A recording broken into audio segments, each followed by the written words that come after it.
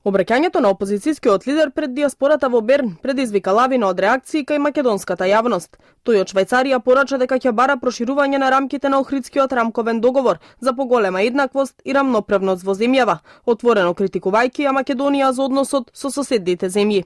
Охридскиот рамковен договор не е доволно. Мора да одиме преку Охридскиот рамковен договор. Оти тоа е рамка некоја. Зошто во 25 години, 21 век, 25 години независна Македонија да има рамки на ограничување?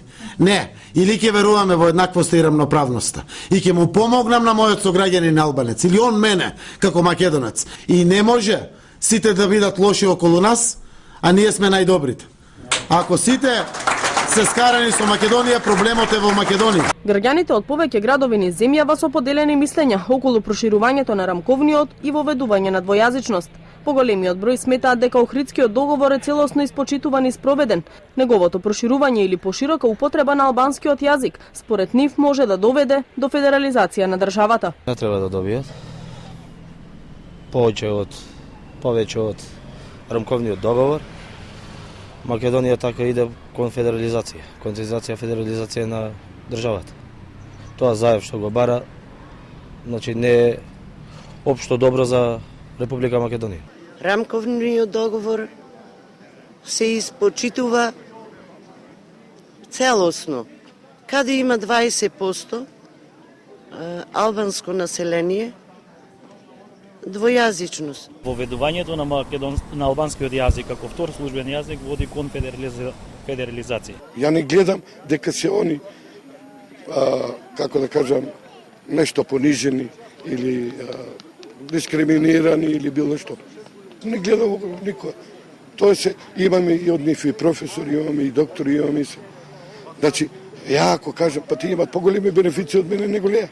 Ја мислам дека они имаат доволно права до сега и со тие нивни права, поголеми права, може да дојде до федерализација на оваа држава, така барем моје мислење. Дел од граѓаните пак велат дека не би им пречело во Македонија официјални да бидат повеќе јазици. Македонците и албанците, како што велат, од секогаш живеат во заедница и треба да имаат исти права. Ја мислам дека не губи никој права. Дури уште повише добиват тие помалите заедници што се. По моје мислење сега не е лошо. Човек што повише јазици знае, повише вреди. Нема да се загрози ни тој јазик, ни тој важно. Ќе биде убаво за народот што тука сме ние во заедница од кога постои ова поднебје.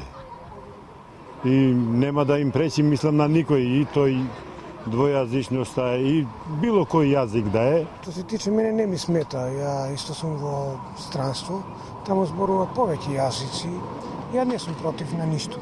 Може, не би бил против ја, нека се зборува. Треба да се прошири за албанци и за срби, за босанци, муслимани, да. Јас сум од Косово, али тама се учел. А ми оде во Македонија не треба да има двојазичност. Зошто? Во однос на добрососедските односи пак граѓаните децидни дека Македонија само си ги штити националните интереси и нема вина за прашањето со спорот за името со Грција. Не е крива Македонија и треба да си го задржи своето име. Грците се тие кои мислат поинаку. Уопште не е крива. Некој кој што се ја познава во историјата на Македонија ќе свати дека воопшто македонците не се криви. А ја прат Македонија е крива тие што не ја познаваат историјата на Македонија. Македонија апсолутно не е крива за тоа. Значи наметна на работа кој што никој пат не се излегува од една дупка, наводно кој ќе ја пуштат, а немате излаз. А името си е наше и тоа ќе биде вечно. Ќе живее. Тоа се милениуми кои живее, ова е територија Македонија и ќе се бидеме. Според правните експерти пак повикувањето на двојазичност на целата територија на државата е противуставно, а барањата на Заев за проширување на рамките на Охридскиот договор ги оценија како антидржавни.